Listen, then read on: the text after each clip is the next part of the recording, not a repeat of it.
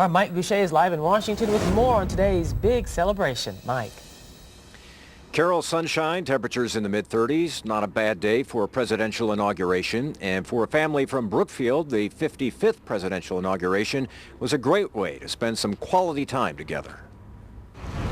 Oh, that's really, really nice. It's been quite a week for Brookfield's Julianne Salomone and her two kids. Philip, who attends Georgetown University, and Anne-Marie, who goes to St. Louis University.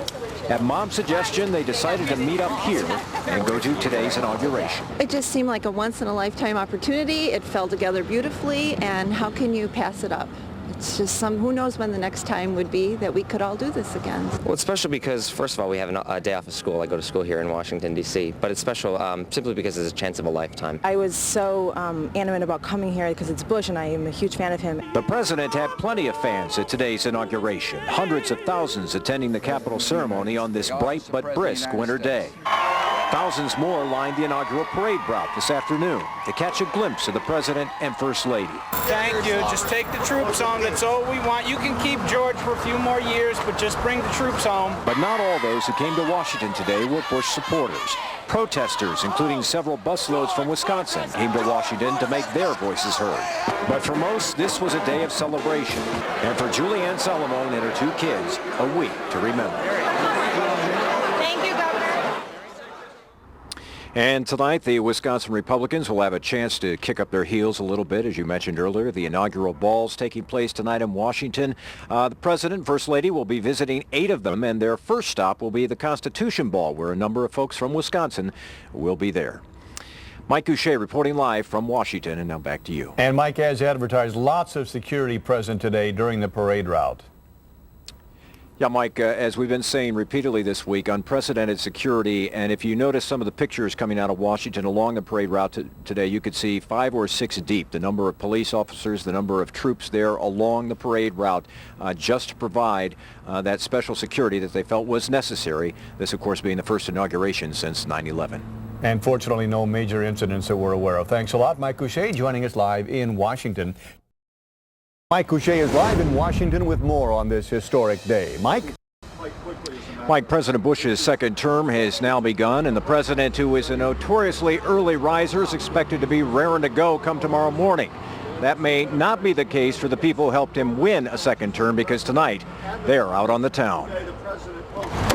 Wisconsin Republicans are dressed to the nines tonight, off to 2 inaugural balls. Thanks for helping me be able to serve our great nation for 4 more years.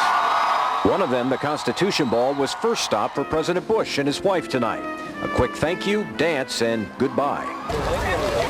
The balls cap a busy day that began this morning as thousands made their way to the Capitol. Among them, Milwaukeeans Nancy Hernandez and her husband Andy. I think it's just going to be neat to be right there, part of what's happening. I mean, I've always seen it on TV, so to actually be there in person and witness it is a good thing. So help me God. So help me God. Congratulations.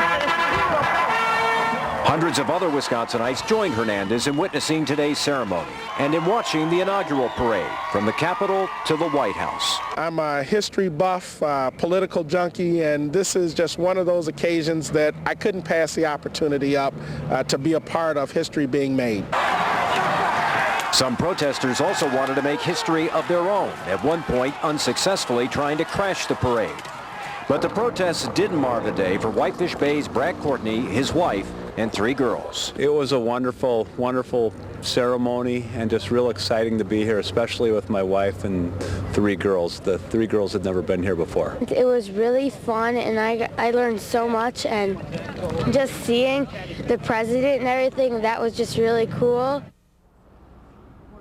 Really cool. Well, the official parties continue here in Washington for another couple of hours, and then it is back to business, the business of governing. Reporting live from Washington, Mike Gousha, today's TMJ4. Boy, you could really see the wonder in those girls' eyes, Mike.